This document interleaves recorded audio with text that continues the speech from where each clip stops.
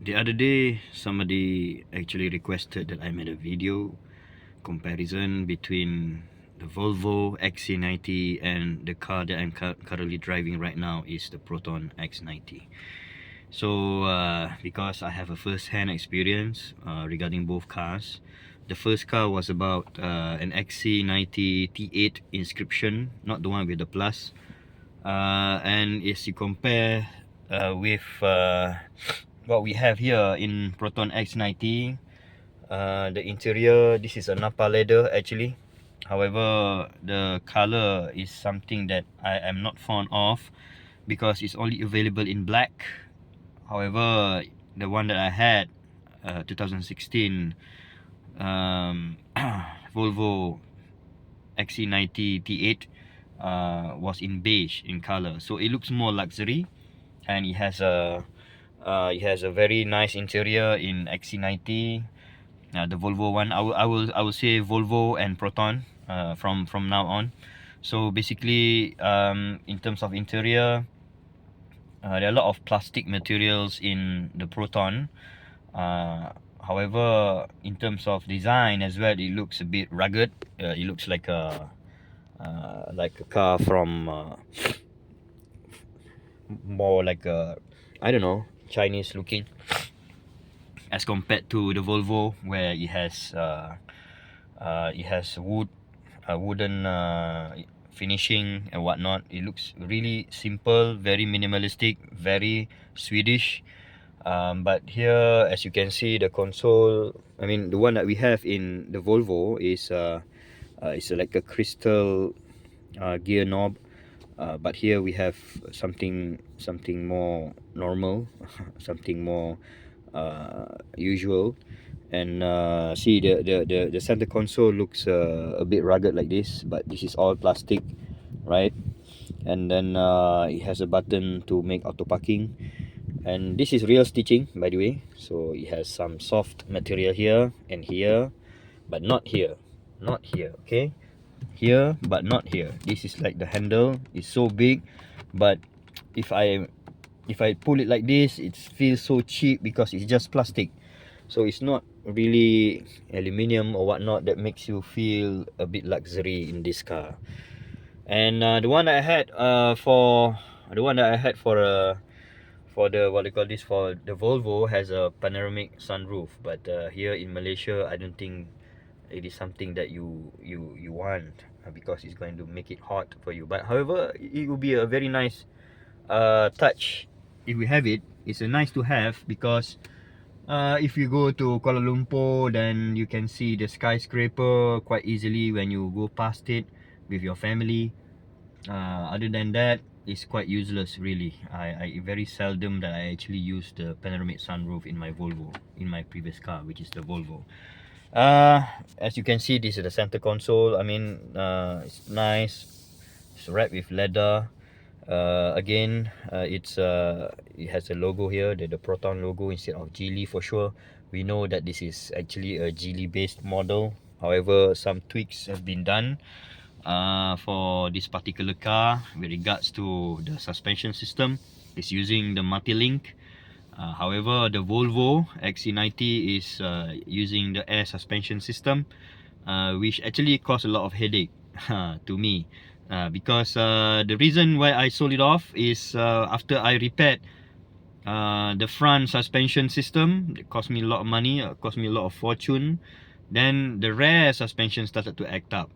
Overnight, you can see that the car actually has been slanted down because of the damage that it has on the rear suspension, because it's an airmatic air suspension. So this is quite a headache for you guys to actually maintain in future.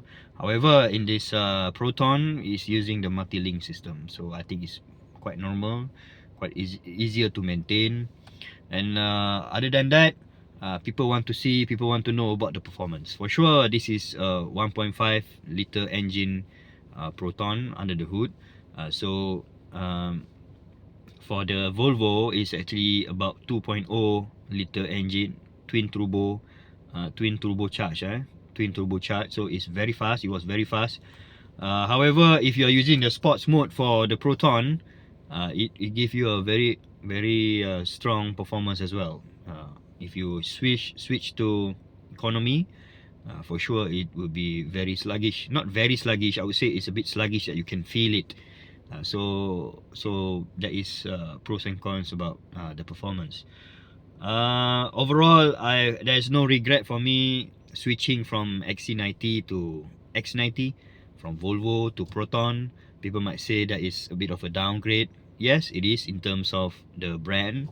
However, in terms of peace of mind, I think it's an upgrade. Simply because this is a brand new car, so it has 5 years warranty for sure. The one I had already completed its 8 year battery warranty, so more headaches will come for sure for that kind of car. So that's why I managed to actually crept out from having that kind of headache and sold it for quite a good sum of money, and then replace it by this car. So this is after discount for 143,000 if I recall well. And it's okay. I've driven this car to Kuala Terengganu, and it did not fail us. Then I will talk more about the XC90 because people want to hear about the pros and cons. And the headache that I actually had with the Volvo regarding the air suspension system, the ERAD. The ERAD, if you are unlucky, if you get it replaced after the warranty, it will cost you about 15 to 17,000 ringgit. So that is not something that you would like to face, in future. So it's nice to see. It's nicer to see for sure. Until now, if you look at any XC90 on the road, it looks so great. It looks very premium, very luxurious, and it doesn't make a sound when you drive past people. However, with that, we feel that it's not something that is practical anymore. So that's why I get rid of it. And other than that, you have to be very careful with Volvo XC90, because some customers had these issues with the car getting turtle sign on the dashboard. So it was going to be an underperformance for sure, and I don't know why it's running like a turtle in a way for sure. And then I did not face that, but that's the things that I saw on forums. And then what else? It is quite troublesome. The aircon compressor will fail right after the warranty has finished, and I have faced that as well. So the AC compressor, if you really want the XC90, I would suggest that you immediately change the AC compressor. You just try to talk to the service center saying that this is a common issue for Volvo XC90. Please change the AC compressor, number one. And ERAD, change it as well during the warranty, because usually if you buy a second-hand car under warranty, still you have 2-3 years warranty. Make sure you do all this, because this will cost you a lot of trouble. However, with the air suspension system, I don't think that is going to be covered in the warranty, because they will deem it as a wear and tear kind of issue. But it's very troublesome. The car was only 7 years old. It already had issues with the air suspension system. This is very poorly designed. Very, what do you call this? To me, if you ask me, if you're talking about wear and tear, by means of the air suspension system, it will take 10-15 years for it to fail, the air suspension system. If not, what's the use? Because we are not using the car for only 2-3 years and change with the new car.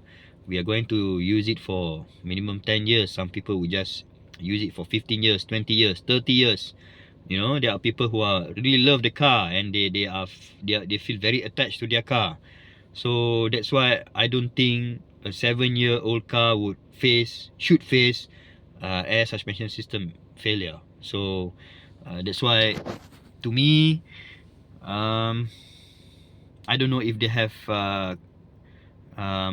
rectified the issue, especially about the aircon compressor. That will cost you about 5,000 as a spare part, and to fix it, that will cost you another 2-3,000. So bloody headaches. And then we just want to have a peace of mind, and that's why a lot of people many of us actually use cars like Toyota, Honda, because they are much more reliable. So hopefully this Proton is reliable as well. My wife is using the Proton Iris, and I've been using it as well to fetch and send my kids to school. It has never failed before, except for the power window. It happened to us. The rest was fine. So really, it's all about peace of mind. The car is only setting you to go from point A to point B. That is actually, to me, I'm a person who only like to have something very practical. I'm not here to show off. I have nothing to prove to the world. I'm like that. I'm not a person who's going to prove. I need to prove something to the world. That's why I have to drive a Lamborghini. So I'm not what some people would say SD mofo. You know, I'm not an SD mofo. Okay, so if you get what I mean. So anyway, yeah, I mean, it was a good jump from XC90. Some people might think that it's a downgrade, but to me, in terms of peace of mind, it's a huge plus. It's an upgrade. So it's really up to you. At the end of the day, you are buying the car not for everyone else to see. You're buying the car is for you to see, and for you to feel, for you to drive, for you to use it. It's not for other people. Because if you have that kind of mentality that you want something which looks great but shit, mind your language, Azrul. So that is really up to you, but it will be, you know, quite futile and childish, right? Bye bye. Thank you for watching.